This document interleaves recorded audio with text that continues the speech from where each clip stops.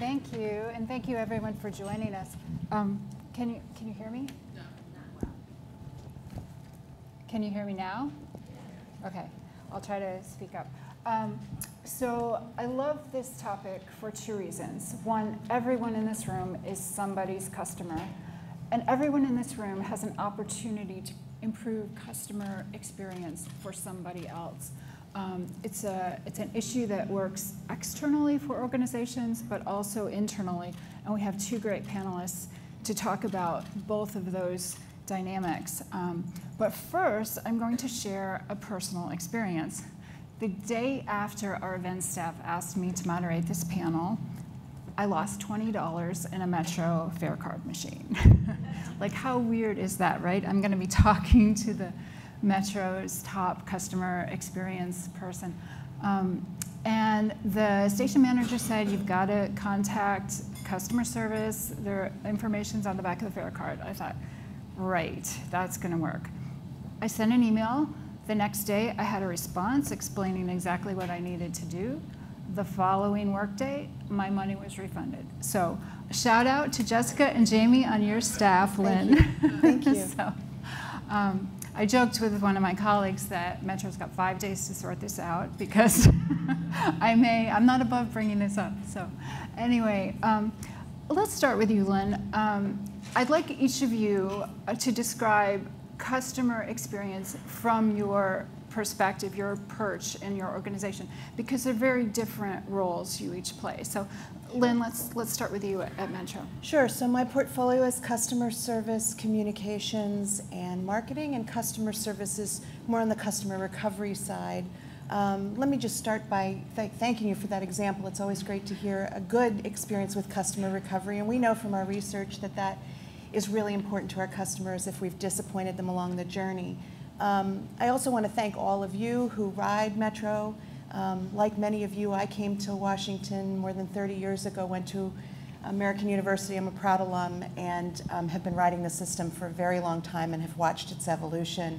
And I know that many of you are our customers. More than a third of our regular commuters are either federal employees or contractors. And so when I got into public service, I never imagined I would be in transportation, but I learned very quickly that we can make or break your day in many ways. And there was a very powerful customer letter that I received many years ago that said, you know, a couple minutes may not be much to you, but in my household, that influences the shower schedule of 5 people. And I've never forgotten that, because it's not a very dramatic example. I've had other letters about, you know, missing opportunities on mortgage closings and Broadway shows and that kind of thing. But it mattered to me because it reminds me every day that your choice of where to live, where to work, where to go to school, where to go to the doctor, and how you move around is very fundamental to the quality of your life as a family. And Metro's opportunity every day is to make your life a little easier or to make your life a little bit more complicated. And we know that twice a day we have that opportunity to help you or not. And so we take that very, very seriously. And so I want to just thank all of you for your patience over the last few years as we've really struggled to recover our notion of what customer service should be about. Thank you. So Dawn, you have a very different role in customer experience. Tell us what that is at EPA. Sure, thank you. And yesterday when we talked, I joked with Lynn, boy, do I have an earful for you about Metro.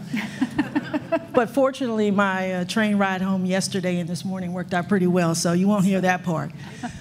So at EPA, we're taking what we call an inside-out, outside-in approach to customer experience.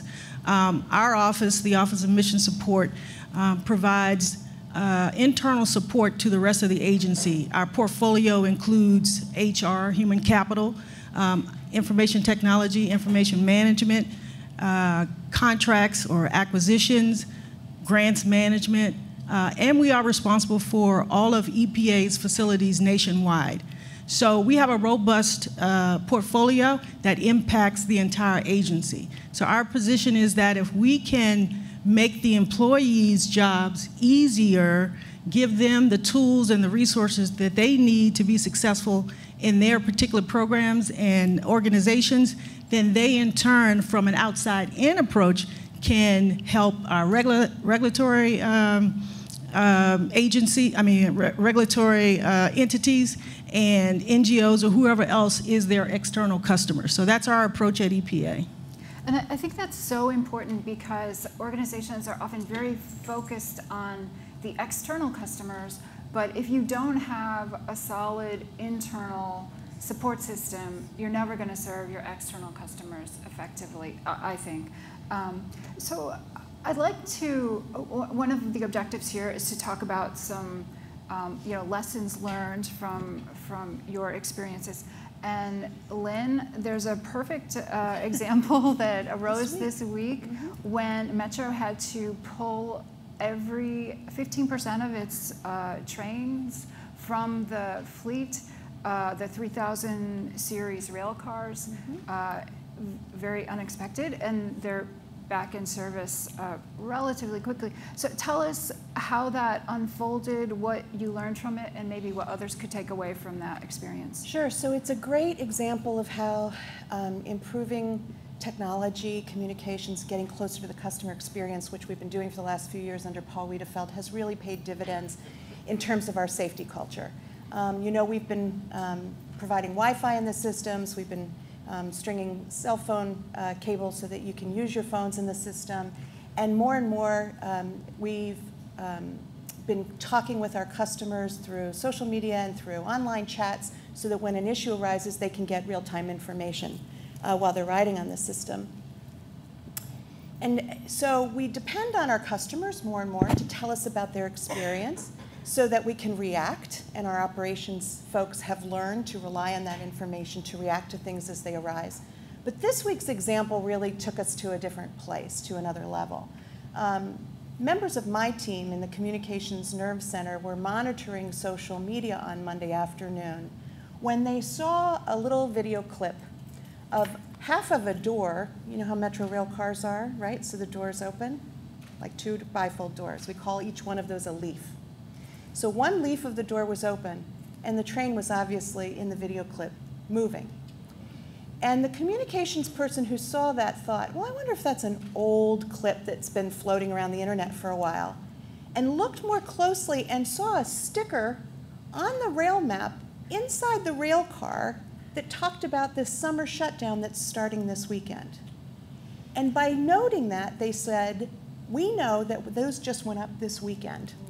So we know this is a very recent video clip of a train moving with a door open. That's not good. Began the escalation, safety, rail, everybody into it. But now you're looking for a needle in a haystack. What car? Where's that car? Where's that train? What day did that happen? Needle in a haystack. Use technology, the person next to him, used technology to figure out when that Facebook clip was posted, nailed it down, refined, got to our station cameras, was able to confirm on a station camera that train leaving Dunloring on Sunday afternoon. Now we have the information we need for our operating people to pull that train and begin the investigation and make sure that everybody can be safe. That's what led to the removal of the 3000 series rail cars this week and sparked the investigation. So here now you have employees monitoring and trying to figure out what's going on and not even relying on some of the systems that we have to tell us there's a problem. Those technologies, those communications, those customer experiences are informing our ability to keep everybody safe. So in the private sector, if I woke up in the morning and my employees had just done that, I'd probably come in and give them a big fat bonus, right? Or at least that's what we all imagine, those of us who have spent our life in public service. That the honor of doing the right thing is enough, and the mission is our purpose, and that's great. So my guys got not a big fat bonus, but a box of donuts and a thank you for figuring that out, right? But what matters to them is that they're making a difference. They're reducing risk, they're reducing safety hazards, and they're using technology and their own smarts and curiosity and commitment to our customers to do that.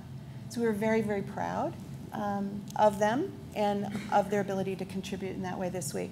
Ultimately, we were able to, our engineers figured out that there was a component that was specially configured on 26 cars that was failing, and that those 26 cars need to be taken out of service, and that component needs to be replaced. And so that's what we're doing today. Those cars are out of service, and we've been able to restore the fleet and resume service without too much adverse impact on our customers. So to have all of that cycle in about 48 hours wouldn't have been possible at Metro a few years ago without the culture of safety, the commitment to customer experience, and the technical resources that we have today and that we've been building over the last few years. That's a great example. And of course, not just the technical resources, but the staff with the wherewithal to apply that knowledge and understand how customers are communicating. So Dawn, I'd like to ask you, how do you keep informed of your customers' needs and concerns? So we have developed multiple what we call voice of the customer programs. We have a website that is dedicated to customer experience. Within that website, there is a link to a shared CX mailbox where people can send their concerns or their questions to us. We also have what's called a CX tracker. It is a database that houses all of the issues and concerns that our customers have. Within that database is also responses that we have provided. We routinely go back into that database. We have a team of about 5 people who routinely go back into that database to make sure that the information in there is current. If there's some information that hasn't yet been responded to, then that's their job to get a response to, working with the various subject matter experts. We also host what we call town halls. We have an annual town hall with each of our what we call RPIOs, which are Responsible Program Implementation Offices. Within EPA, there are 22 RPIOs. 12 of them reside here in the Washington, D.C. area. The other 10 are dispersed across the country. We physically, the CX team, along with some of our subject matter experts and our principals, physically go every year to each one to hear what their concerns are, to hear what their needs are. And again, that goes into our action tracker. And that's a way for us to communicate with them and them to communicate with us. And we believe in the feedback. We don't just take the information in. We make sure that the customer gets an answer and they're satisfied with that answer. And I heard Lynn talk about communications. One of the things that we discovered very early on when we stood up a CX program is that communications was critical to the success of the CX program. And we like to say that communications and CX are flip sides of the same coin. So they work hand in hand. As a matter of fact, our CX team resides in our communications program. So we are continuously and constantly making sure that our customers know that they have an opportunity and a means to communicate with us. And we're always looking for new opportunities as well. So, so one of the challenges for government agencies, and this was raised in the last panel, is always money, right? Mm-hmm. Just the budgeting and appropriations process can be very constricting in terms of what you have available and how you surge resources when necessary. This is a particularly challenging time for customer experience operations because the private sector and customers out there are constantly adapting to new technologies. They're, finding new ways of communicating. The minute the adults figure it out, the teenagers have a new method of communicating. All of that has an impact on what you do and how you respond. So I guess for both of you in government organizations, how do you adapt to that changing technology, both in terms of communicating with your customers and also in terms of how you monitor the service and the needs outside of that communication? Mm-hmm. So I wish I could say that at EPA we had no resource concerns whatsoever, but I can't say that and be truthful. But what I can say is that we have a senior executive team, a leadership at the top of EPA that sees the value of customer experience And so wherever they can find extra pennies or even whole dollars, they are very generous in giving that to the program because, again, they see the value. In terms of technology, we don't always consider technology the solution. We focus on the people. And so sometimes it's a matter of just making sure that the communications is there. And oftentimes, again, we like to communicate face-to-face or at least Skype or some way that people can put a face to the organization, put a face to the response that they're getting so that they know who the person is. But technology is important. We don't ignore it. What we're doing now is, because of what we've heard from our customers across the agency, is we're trying to stand up what we call an employee portal. As you can imagine, with all the different services that we offer in the Office of Mission Support, people have to go from one system to another system, even something as simple as, well, onboarding isn't simple, but there are multiple systems that you have to tap into to bring a person on board, get them provisioned with their computer, and then make sure they have desk and space and all of that.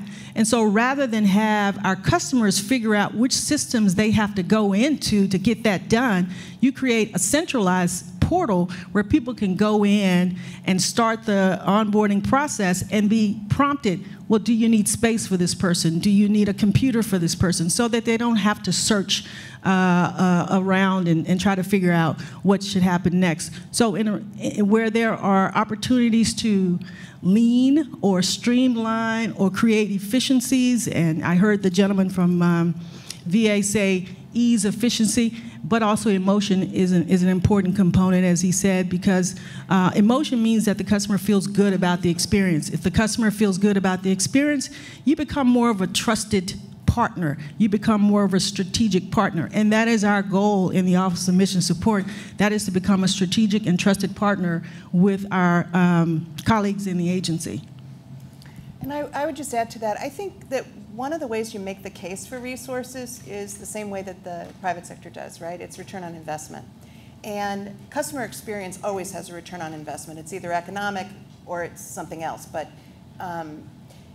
Metro is, for example, today, you pointed out how hard it is to know where the jumping in point is on technology and what the kids are using, right? So we're trying to go to mobile fare pay. And imagine a scene where you're sitting around a conference table. This happened to me recently, and somebody said, so-and-so had a death in their family, and so we're going to send flowers.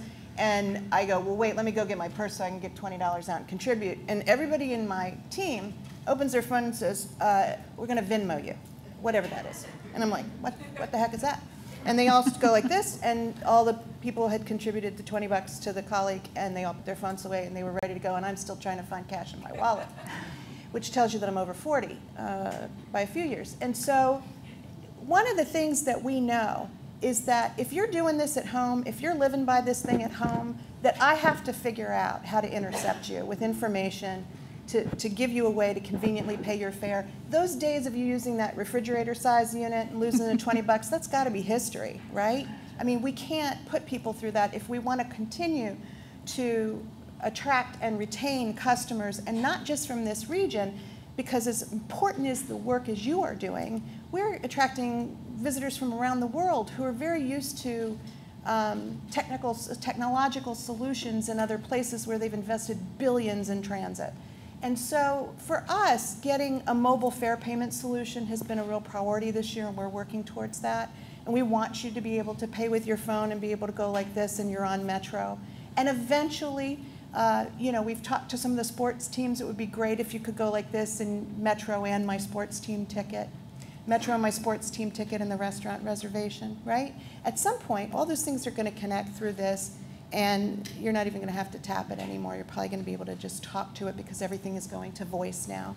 And I've seen statistics that show that in just a few years, everything will be voice-driven. So even your searches, nobody's going to do this anymore because our thumbs and our wrists hurt. You're just going to tell the phone to do these things. So we have to figure out how to get in that stream and to make it convenient for our customers and to provide you with the same convenience that you're using at home every day in your Metro experience. So one of the issues that you both have raised in different ways is this idea of building trust. And most of us in this room who use Metro understand what's at stake there. Metro's gone through some real growing pains in recent years. So how do you see that going forward, especially when you're about to embark on a major, restoration of above-ground stations that's going to affect tens of thousands of your customers? How do you keep that trust? So I think credibility is everything in government, right? And in everything that we do. And one of the things that's really tough for Metro is we made the case that because of the lack of resources, we weren't able to keep up with maintenance, and so the system was disappointing people. And we were able to get dedicated funding going forward from the region. That's a real statement of confidence and hope that we can restore things and make them better. And now folks are going to want to see us spend that money well. The problem is that spending the money necessarily disrupts the service more, right? So this summer, the shutdown, if any of you live in Northern Virginia, of 6 stations south of National Airport, is because we have to lift up those platforms and make real changes, and we need equipment there. We can't run the service at the same, sorry, I talk with my hands and hit the mic. We can't run the service at the same time. So we're going to have to do a really good job of sharing with folks what it is that we're doing there, why it needs to be done, why you are inconvenienced for the time that you are, and what's going to be better on the other side of that convenience in order to retain our riders. One of the ways that we're doing that, we learned during the SafeTrack outages that we had, which were done on an emergency basis, we did a lot of customer research and we learned what folks needed to know in terms of alternative travel, the awareness levels and so forth. And so we've really worked hard this time to make sure that the awareness was out there early. I think our awareness level of that shutdown with people in those 6 stations is now at 96%. That was 2 weeks out, hopefully higher today. The tools to plan your alternative travel work very collaboratively with the jurisdictions to figure out mitigation strategies, bus alternatives, alternative travel strategies. My boss is today at Braddock Road as we speak here this morning announcing some of those mitigation strategies with the Fairfax and Alexandria elected officials. OPM has been a great partner, right? So they announced this week that you could have flexibility with telework during this shutdown period. Those kinds of things are really essential to people being able to plan their work around these shutdown periods. But it's going to go on for a little while. The platform project is going to be 4 years of this in different places. And so we're going to have to ask people's patience and as we go through this to really restore the service and return it to the world-class operation that it once was. Thankfully, it won't be the same people impacted each time, right, as we move things around. Once you get done, the commitment that we've made is that we won't come back to that station for a few years, and so that your service won't be disrupted. So, those are important things for us to figure out how to do. I think credibility is key. It's about being honest, having accurate information, getting it out quickly, delivering on what we promise.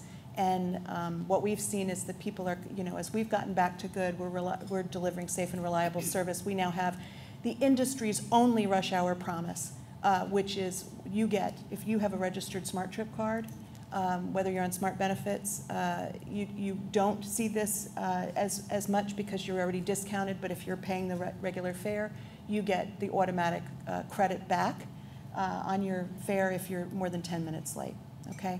So nobody else in transit is doing that. And so we're trying to use those kind of tools to build confidence in the system and in our reliability. So Dawn, internally, most of us know from experience that anytime you try to change an agency's and organization's processes, you mentioned onboarding new personnel, and you're developing a new system to make that run smoother. No matter how great the outcome is going to be, it's painful for people who have to learn to do something different. How do you communicate that so that your internal customers trust the outcome that you're going to deliver? So again, one of the things that we learned very early on in standing up our customer experience program is that transparency is critical. We need to be as transparent with our customers, with our colleagues in the agency when we're seeking to do something different or when we say no. when we say no, not now. The other thing that we've been trying to do, and we stood up what we call a CX champion pilot. What we did was we reached out to some friendly parts of the agency and asked them if they would be willing to participate in a pilot that would allow us to build a business case to have these champions across all of the program offices and regions, because realistically, we are a 5-person CX team. We can't touch every organization. We can't journey every map. But if we have these champions across the agency, not only can they use the tools and the techniques that CX provides, but they also are an additional conduit for communications to us in terms of what the needs are for the organization, rather than us trying to figure out what they need, but back to their organization with what we're doing and why we're doing what we're doing. Thank you. We do have some time for questions, so if you have a question, please raise your hand. And someone will be on. He just walked. Thank you. Is there somebody behind who had a question? So this is a question for Lynn. I love Metro, I use it, but I do hear a lot of people bashing Metro, and it seems like people have zero tolerance for any. So how do you handle that? Because that's not realistic. I don't think the expectation is realistic. So I think it changes over time. I think that the service was unreliable enough for long enough that it became a sport in Washington. It became part of our culture. And somebody told me once that nothing brings the region together quite like Metro or the Redskins. In all the ways that we react to those two things, right? So I think over time, as people come to rely on the system, depend on the system more, remember its iconic value to the region, continue to use it when visitors come to town and so forth, and feel a sense of pride in what we're doing, I think that that'll get better. Obviously, it's a reputational issue, and the best way to improve your reputation is to deliver the service that you advertise. Another question. Good morning. My question is, today we heard a lot of techniques as far as data mining to improve the customer experience, and also as getting feedback from the customer by customer interaction. In your professional opinion, how do you strike a balance between the two?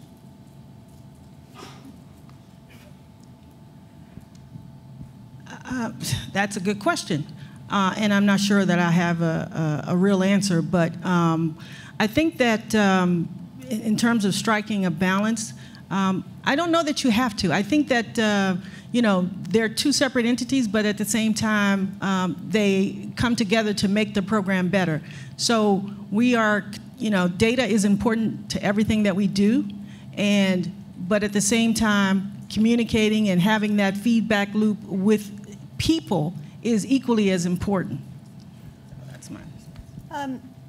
I guess we're struggling with this a little bit, and maybe one of the ways that you mean that question, we want our customers to have absolute confidence in the way that we use information, whether it's their smart trip data, their interactive data with us, and so we're very, very careful about how we mine and utilize customer data.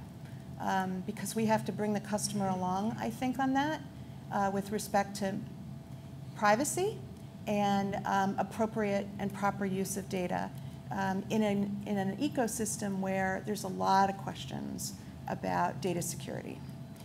So I think that we're on the cautious end of that spectrum at Metro, maybe not nearly as bold as others are on that, just to make sure that our customers feel like their information is always protected. Yeah, that's a tough issue. Question over here. Hello. Hello. I feel like Yeah, right? sneaking behind the column. I'd be very interested to hear what your operations performance metrics are. How is success defined for the organizations that are directly reporting to you, making CX happen? So at Metro, it's very much defined by how the customers define it. So we know that the most important driver of customer satisfaction is reliability. I mean, safety is job one, but people take that for granted. That doesn't even count for customers as a metric. They assume safe and secure travel. So reliability is number one, and it cascades from there. So for us, it's on-time performance. It's customer satisfaction surveys and results. It's metrics that test how we do on customer recovery. Again, survey-driven, asking our customers how we recovered them. So those kind of operational metrics are what we use to determine whether or not we are supporting the customers. So I would say for EPA, we're still growing that aspect of the program, but we have developed some perception as well as some operational metrics. Our perception metrics are primarily driven through our surveys. We do biannual surveys of our customers. And our operational metrics are essentially centered around our tracker, response rate, completion, things like that. From a marketing communications perspective, and likely from Lynn's role, you're fighting for dollars, right, in investment. So I was the ROI aspect and how your colleague functions are looking at you and what your group is doing is viewed as value and success and warrants the dollar that they're not getting. Sure. Right. So I think there are three important metrics. Are we contributing to ridership? Are we contributing to reputation and credibility of the organization? And which matters to our stakeholders quite a bit, who are our funders. Metro's business model is a little more than 50 cents of every operating dollar comes from the customer, from the fare box, and the rest is mostly from our funding jurisdictions. So if they were shareholders, everybody would have pretty heavy weight in that. So I think credibility, reputational confidence is high on that list. And then probably the last one is, do we deliver on non-fare revenue? So also in my portfolio, I have the advertising that you see on the system. That brings in some commercial revenue. We have some partnerships with some businesses in the community, again, bringing in revenue. So that contributes to the core mission, and it supports the core mission of Metro to bring in that kind of commercial revenue. So I think those three things are the ways in which people see some return on the investment that they make in what my team is doing. Dawn, is there anything you want to add from your perspective on how your colleagues view your role and how you justify that? Sure. Actually, I brought a prop with me. For the federal folks, you'll recognize the PIV card. We received a lot of complaints around the PIV card when people were prompted to change their password. They would mistakenly change their PIN and the card would become corrupted. And the only way to change the PIN, I see some nods over there. The only way to change the PIN is to physically go down to personnel security.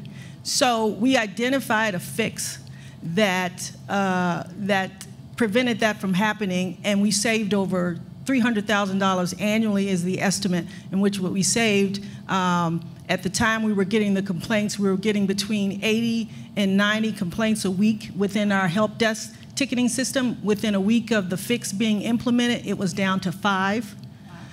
So that helps create and demonstrate value, but also the data that we are collecting is being shared with our senior executives across the agency, which helps them to also identify priorities and resources based on the data that we develop.